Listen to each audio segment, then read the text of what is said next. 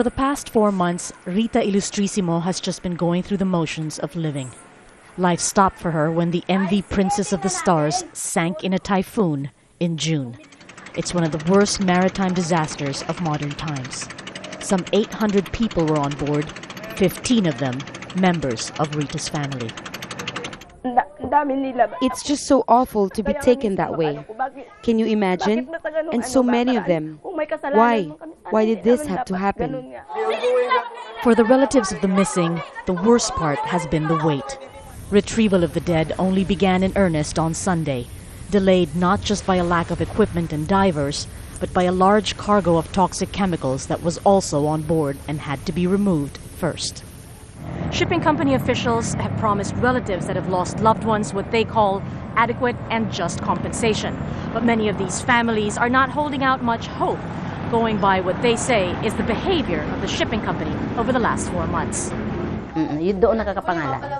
Rita says she's gone from her home in Manila to Cebu, an island several hundred kilometers away, to try to identify some of the remains that washed ashore, spending money she did not have. Many of the victims' families are too poor to do the same. The shipping company promised to get them there, but failed to do so. Levi had to borrow money just to get close to where the ship sank.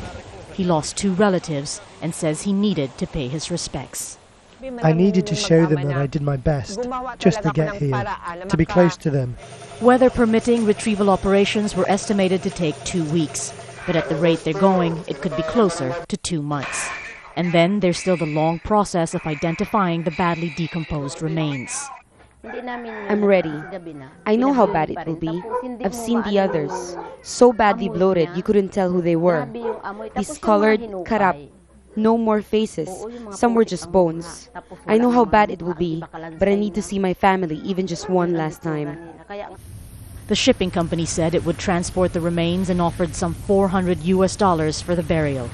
But for the relatives of the victims, that's nowhere near enough compensation for what they've lost. There is also a lot of anger at the government for not having done enough to change shipping rules and keep vessels docked during storms. But the government says it's done the best it could. It's no longer about blame, though, for Rita and Levi.